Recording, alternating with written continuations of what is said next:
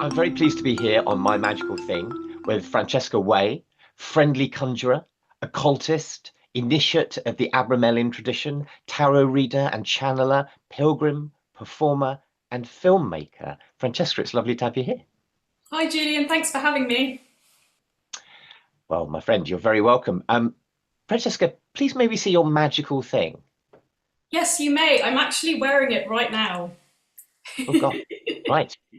So this is like an Elizabethan style ruff, which is made of the finest materials known to humanity, found on Etsy. I think it cost me about £10.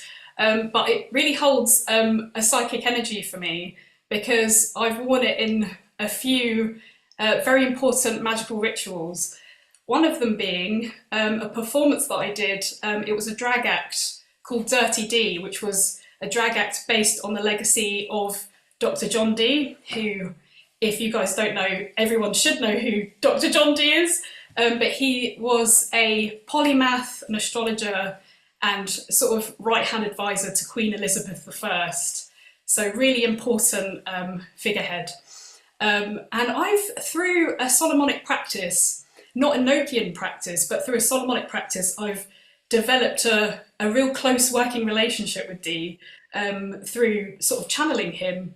In our Solomonic practice, we develop a relationship with King Solomon or an entity or person that has a strong magical legacy so that you're able to inherit their skills, their wisdom, their knowledge, and it helps you work with other spirits and develop relationships with other spirits. So it's really important that we are working in that way.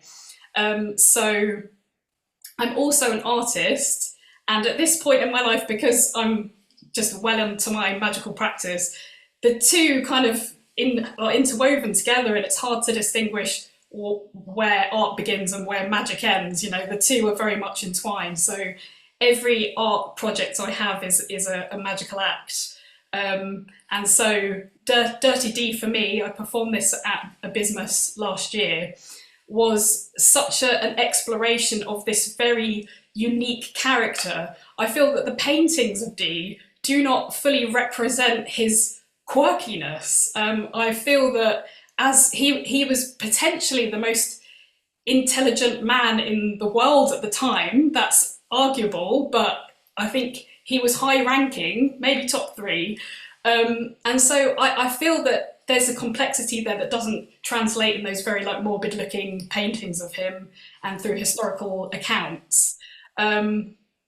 So yes, so this performance, I kind of inherited his wisdom and his traits to actually explore my own sexuality and gender, which is very strange. It's weird how this came out. I wasn't expecting to have this kind of relationship with Dee, but there you go, it's magic. And just before I was about to perform this rite, it was the night before, and I started to get really nervous because if you mess with spirits in a disrespectful way, I've seen what can happen. So I was feeling really nervous about doing this. I was like, oh no, I really don't want to upset him. He's such an important character to me.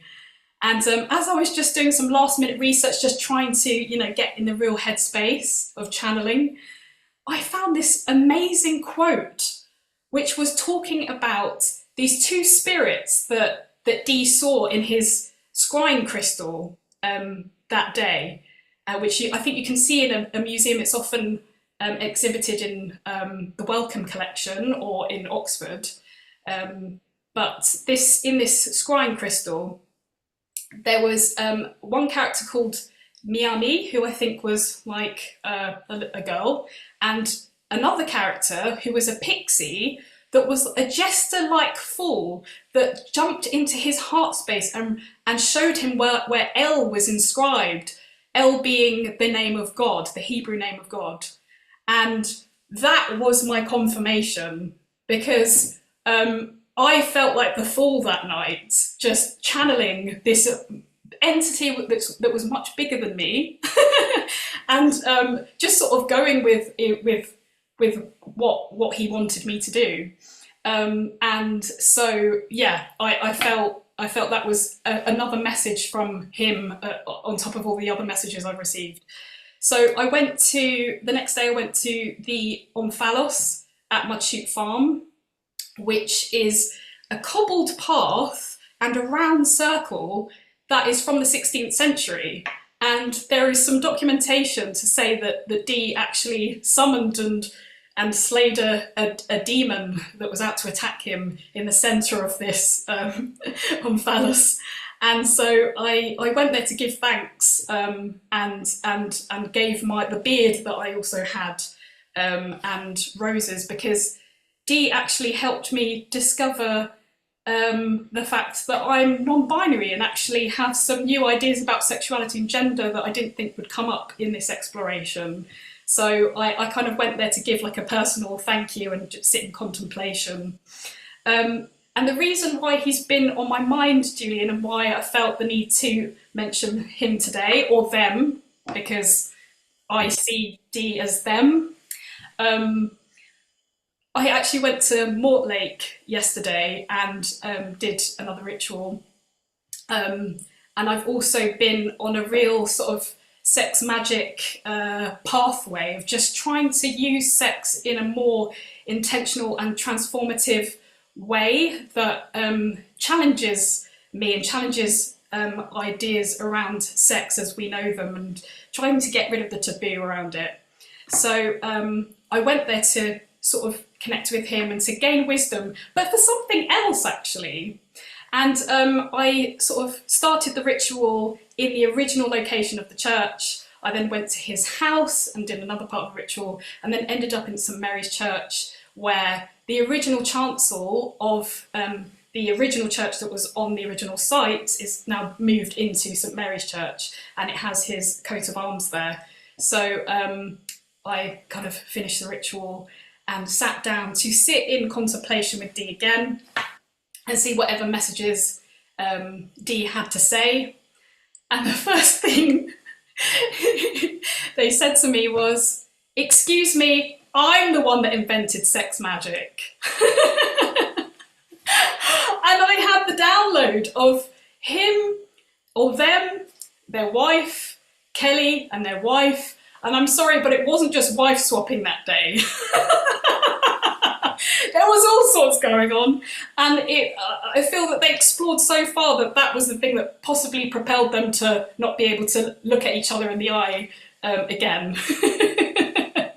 So that for me, just to maybe end it there, that was such a profound moment. I cannot thank Dee enough for being such a just amazing spirit to be around, and I just owe it to him why I kind of have these, or them, why I have these skills and this wisdom. It's down to Dee.